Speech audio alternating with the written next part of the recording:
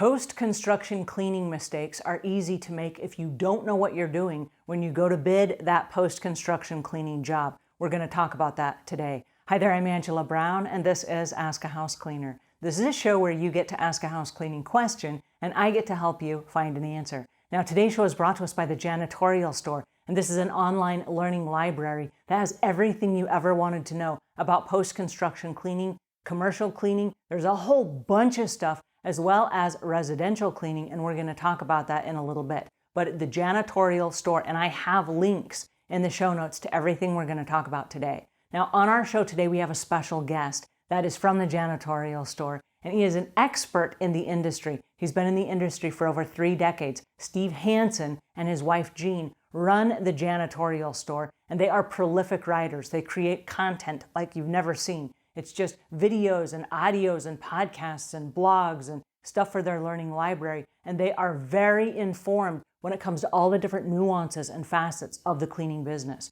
So I'm going to share with you some ideas today, and we're going to invite Steve to come join us on our show. But there are a couple of things about post-construction that you want to know. Lots of house cleaners that are just getting involved in the business for the first time are invited to do a post-construction clean. And without knowing anything, they think they're going to go over and it's going to be a little dirtier than a normal clean, okay? A post-construction clean is a different beast altogether. It's very different. It's not a deep clean. It is not a maintenance clean. It is a new construction cleaning, all right? The construction is finished. This is post-construction. The people have not moved in yet. So in the post-construction, when you come in, all the builders have been there. They've been sanding and drywalling the walls. There's builder's dust everywhere. There's paper that's been taped on the floors so that it doesn't ruin the floors when people walk in. And then when you peel up the paper, then there's like tape residue that's stuck on the floor. All the new windows have been installed in the homes or the offices. And there are little stickers or labels that are on the windows that have to be peeled off or scraped off with a razor. It's a very, very different set of cleaning. And you can't use your regular cleaning supplies in most cases. Because let's say, for example, you use a regular vacuum. If you use a regular vacuum for all that builder's dust, it's going to ruin your vacuum. So there are certain tools that you use, and there are different steps along the way. One of the things that happens is once you get the whole entire house clean, and it looks spectacular, and you turn it back over to the construction builder or the realtor or whoever it is that you're working for, what happens then is they bring in the homeowners, and the homeowners do a walkthrough. And then they put like little blue stickers all over of, pieces of tape, things that they think are not quite right. Then the construction crew has to come back in, and they have to do more sanding and more polishing and more buffing and more stuff, painting or whatever. And then there's more residue and there's more dust and whatever. So it's not just a one-time clean. It's a series of cleanings getting that home ready to present to the buyer for them to purchase it. So it's a huge process. And so with that, I'm going to invite Steve on our show, and he's going to give us some insights to the back end of the business and what we need to know so we don't make those post-construction cleaning mistakes. Please help me welcome Steve Hanson. There are, as you know, you get to deal with a lot of new house cleaners every day. And there are a lot of house cleaners that think that because they've been invited to do a post-construction job, that they're going to grab their little shark vacuum and they're going to run over to a house with some magic erasers and their shark vacuum, and they're going to do a post-construction job. And I was hoping you'd share with us some information on what they need to know before they actually accept that job.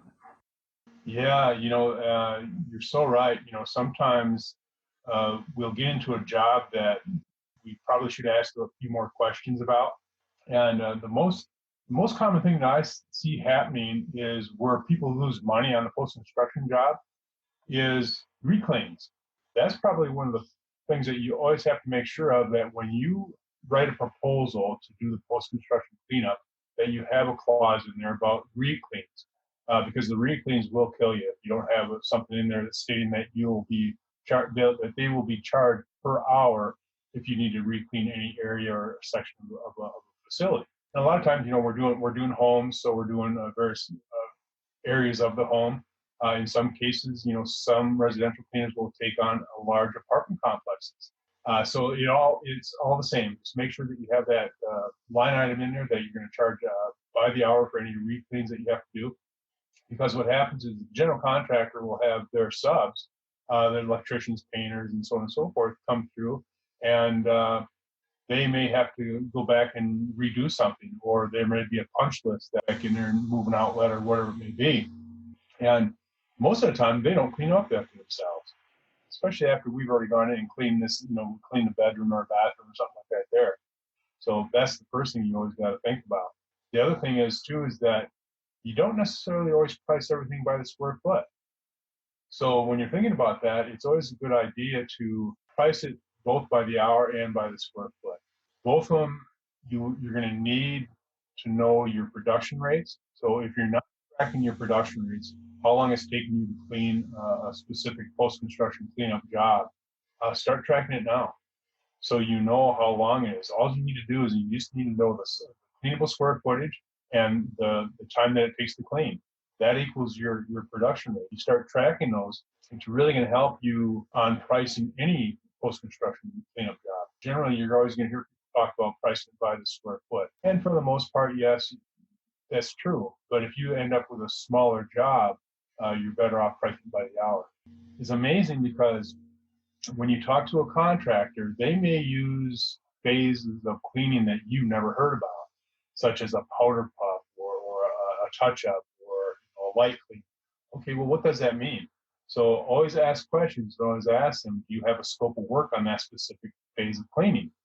Because once you read that scope of work, then you're going to be able to identify as to what phase it resonates with you, as far as if you're calling it a light clean, okay, then a powder puff may be a light clean for you. That's very important because so many people fall into that trap of not really knowing what has to be done because they didn't bother to ask the question. But anyway, when you talk about generally, it's going to be anywhere from a 1-phase to a 3-phase cleaning. You can price these all by the hour, and it's really going to make a difference where you live and the type of project. I've seen pricing swing so big, it's just amazing. For example, I'm in Minneapolis, Minnesota, and in our area, I've seen residential post-construction cleanup jobs go for as little as 15 cents a square foot.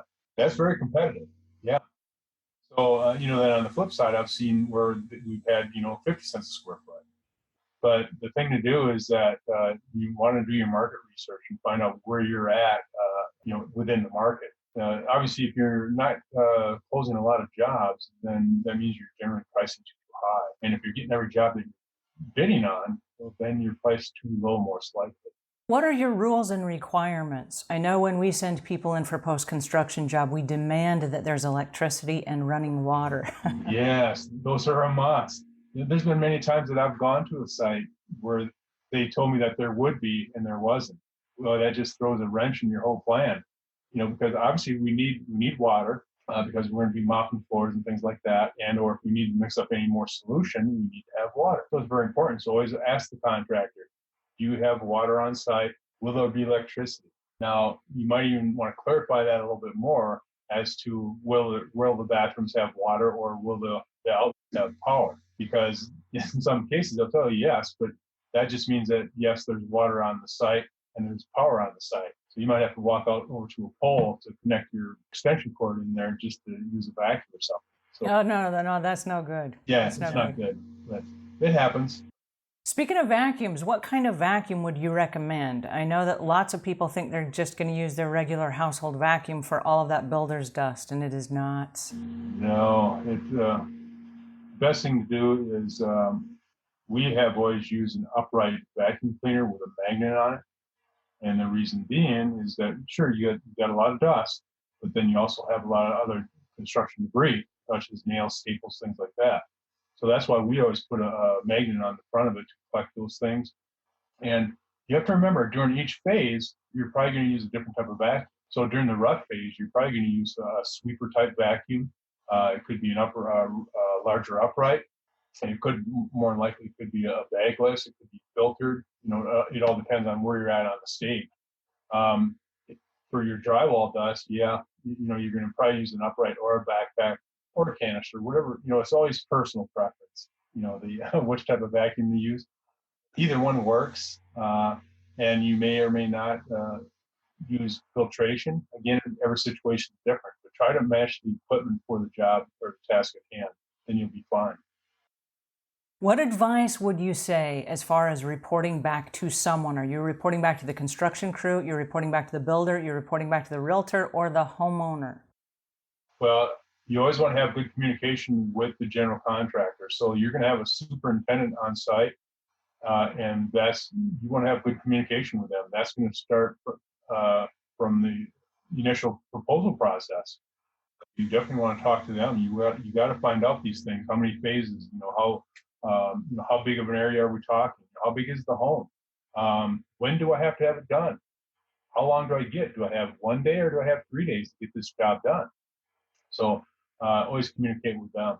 Well, you know what, Steve, I'm so glad that you joined us today because you are brilliant, not only as a prolific writer, but you've got this enormous library that helps house cleaners that don't have the information starting out how to go from regular residential house cleaning over to post-construction, which is a little bit different in its scope. What advice would you give and what programs do you have where you could welcome somebody in and give them that information so they can bridge that gap between what they know now and what they need to know before they send out that proposal? Yeah. Well, what you'll find is that we have a website called myhousecleaningbiz.com. It's a membership website, and cleaning business owners will pay a membership to get access to our tools and the resources and things like that. But you don't necessarily have to be a member to get some of the great information that's on there. If you go to our site, go to the articles archives. There's hundreds and hundreds of articles in the search box. Let's say if you're looking for post-construction cleanup, type in post-construction cleanup. You're going to find a lot of articles just on post-construction cleanup. We'll answer some of the questions that you may have.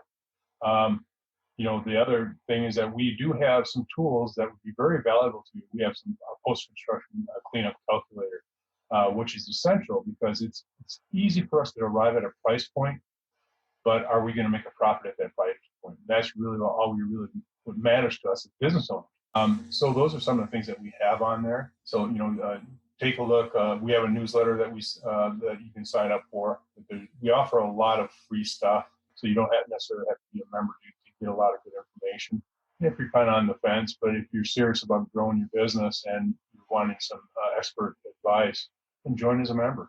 We have a line called the Cleaning Related Questions line, and that's a member's line specifically for them. And they call the number, and it always comes to me. Very rarely do I turn that over to anybody else. And we'll give you access to me to where you can ask questions about your business. So let's say you are going out to give a proposal on a post-construction cleanup job, and you're just not quite sure about this, that, or the other. Well, gather as much information as you can. Give me a call, and I'll be more than happy to arrive at a price for you and tell you how long the project will take, how many people you need, maybe the types of solutions you might use, and things like that. So those are the big benefits.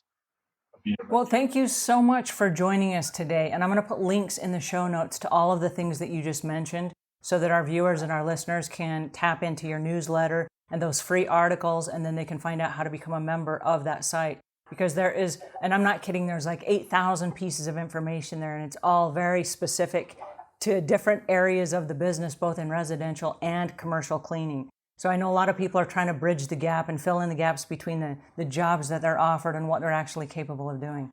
So thank you, Steve, so much. It's with mad respect that I have you on this show today. Thank you so much. And I hope you'll join us again soon. Yeah, thank you for having me. Alrighty, and that was Steve Hanson. Very generous guy, absolutely brilliant. He just invited us over to his website to check out all these different resources that he has available to us on post-construction cleaning. And I'm going to leave links in the show notes to all of the stuff that he just suggested. So check it out, and while you're there, check out his learning library. The ideas that this man and his wife Jean have, because they've been doing this together for 30 years in the industry, they have a wealth of information that will save you years off the learning curve. And the investment is small. You'll pay it off in a couple of house cleanings. So if you're looking for a little bit of focus and a little bit of direction, go over to the Janitorial Store and get that information that you need. All right, I hope you found this helpful. If you did, please pass it on to a friend. And until we meet again, leave the world a cleaner place than when you found it.